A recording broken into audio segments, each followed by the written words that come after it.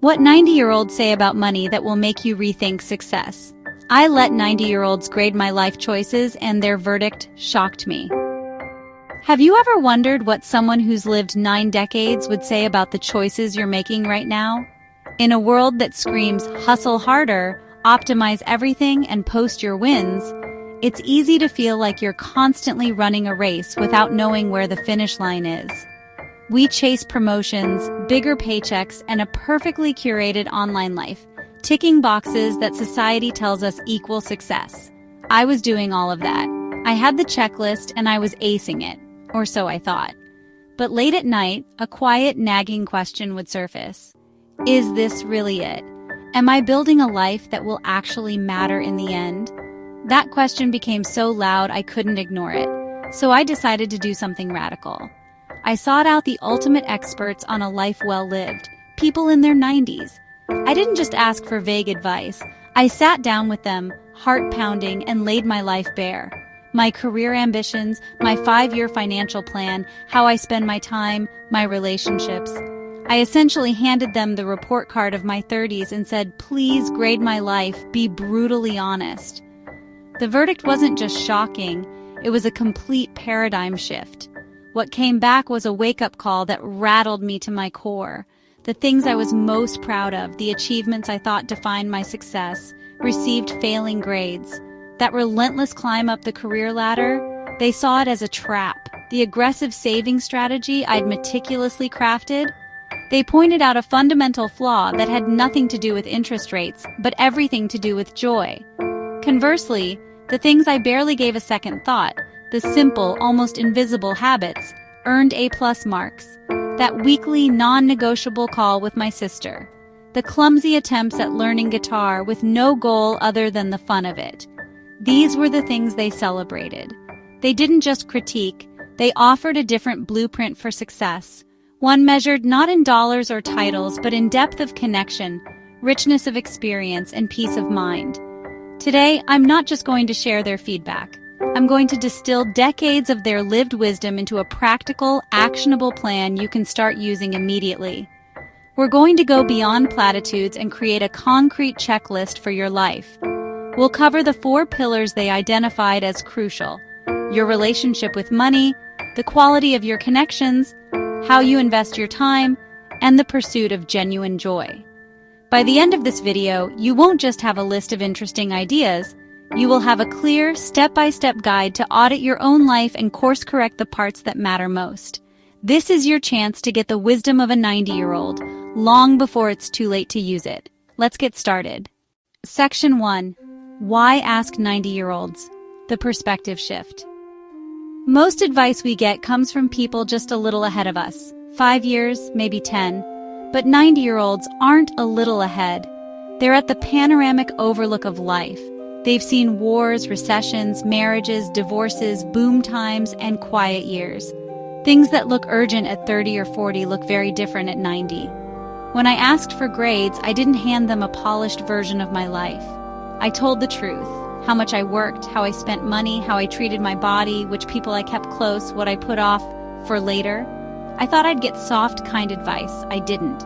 I got clarity, and I'm grateful for it. Big idea. If you want wise grades, ask people who already took the final exam. Section 2. The report card categories, what they chose to grade. They didn't care about resume lines. They graded 5 areas. 1. Health daily choices that compound. Sleep, movement, food, stress. 2. Relationships, depth over width. Who shows up and who you show up for. 3. Time, what you trade your life for day after day. 4. Money and work, enough versus endless. Purpose versus performance. 5. Legacy, what remains when you're not in the room, like stories, kindness, wisdom. I expected work to dominate. It didn't. Here's what shocked me. Section 3. Health, the one test you can't retake. Grade F. When the conversation turned to health, I confessed my usual sins.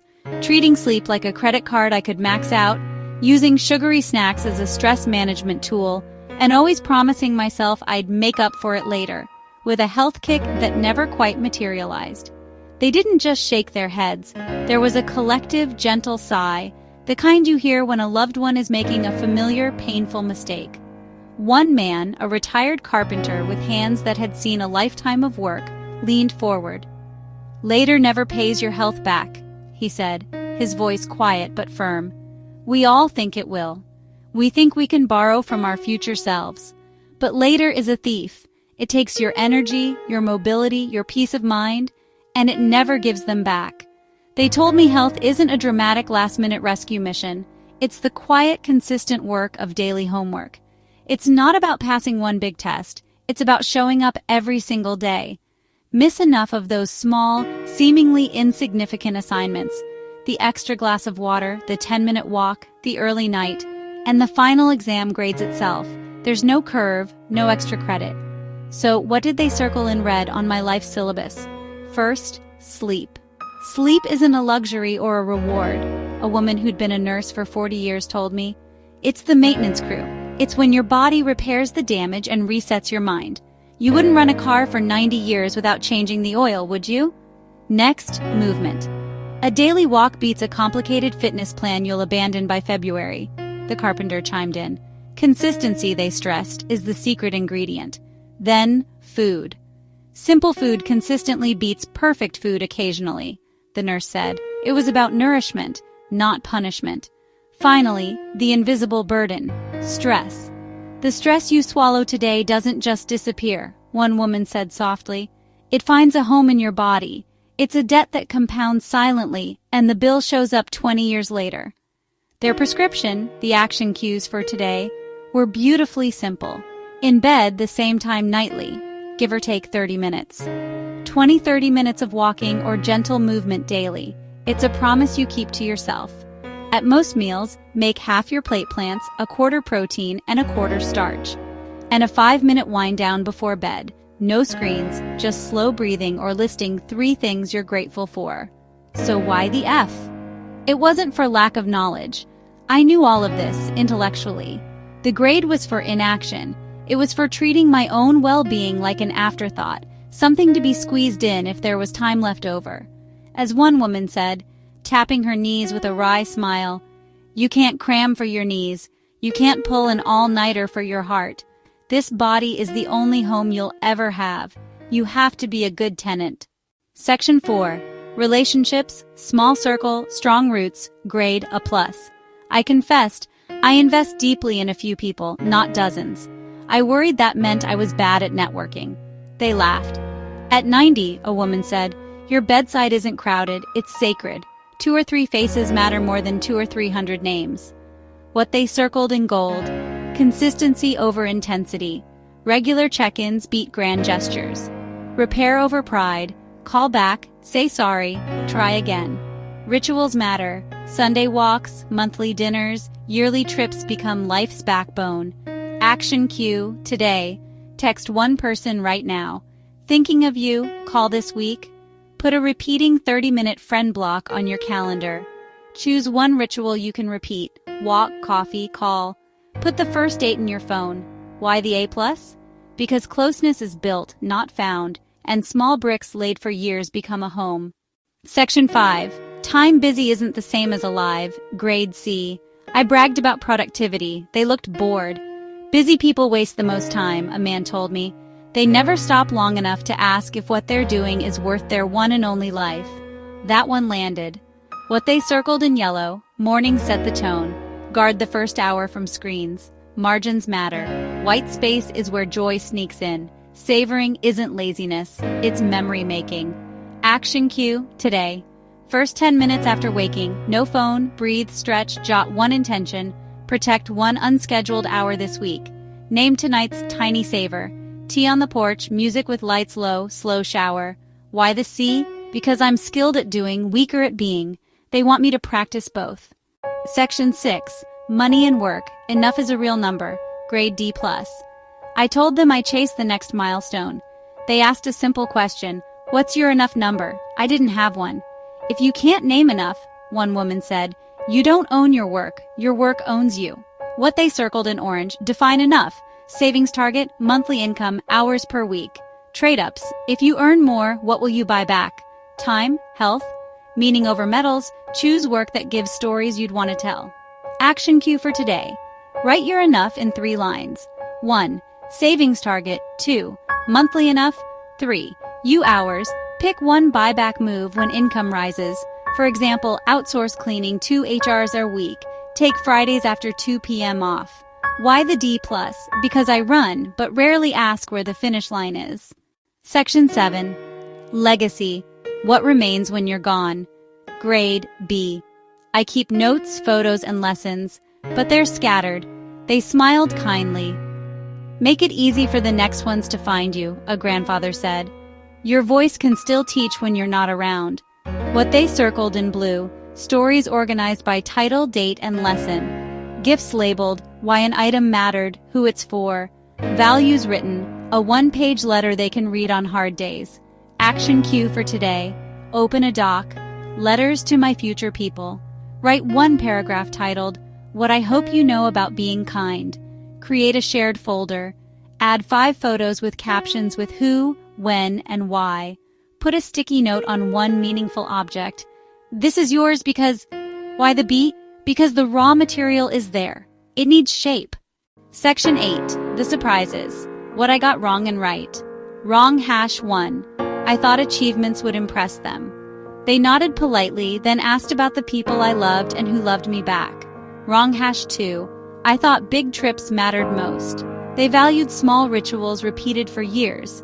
Wednesday pancakes, Saturday calls, the old park bench. Right #1. Curiosity. They lit up when I said I still learn new things. Right #2. Saying I'm sorry. It keeps doors open that pride would close.